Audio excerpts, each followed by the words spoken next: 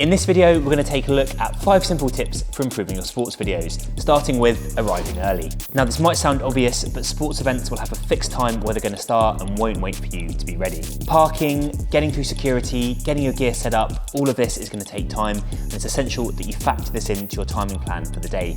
Secondly, make sure that you are agile and nimble.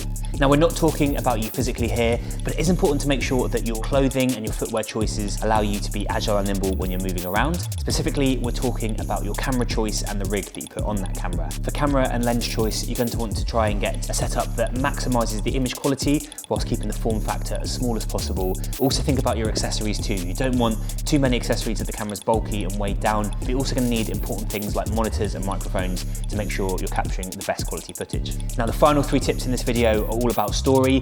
If you want to learn about shooting story in more detail, we recommend taking a look at our filmmaking and photography classes on School. You can check them out in the link below, where we go into much greater detail about how to capture the best story in your images.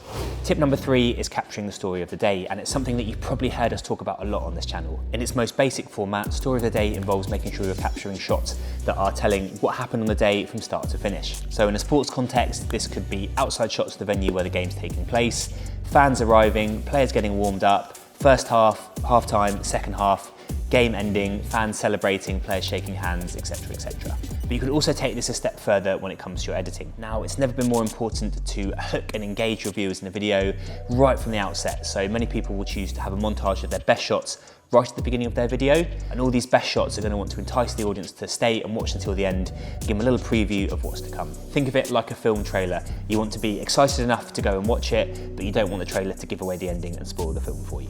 Tip number 4, keep the camera rolling to capture emotion. A great goal or a match-winning moment will always be a really useful shot to have for your sports edit, but the best stuff will often come after that's happened. When you capture a great moment, the temptation can be to cut the camera there, watch it back, and make sure that you got the shot. But it's really important in those moments not to cut the camera and to keep it rolling and hunt for some emotion around that moment. For example, if a match-winning goal goes in, the goal shot, that's fantastic, you need that for the edit, but also the fan reaction to that last-minute winner can mean so much more. Tip number 5, the wider story. Building on that last point, the reason that we love sport is because of the emotion that it makes us feel. And yes, the match action is really important, but there's so much more going on at a sports game than just what's happening on the court or field of play.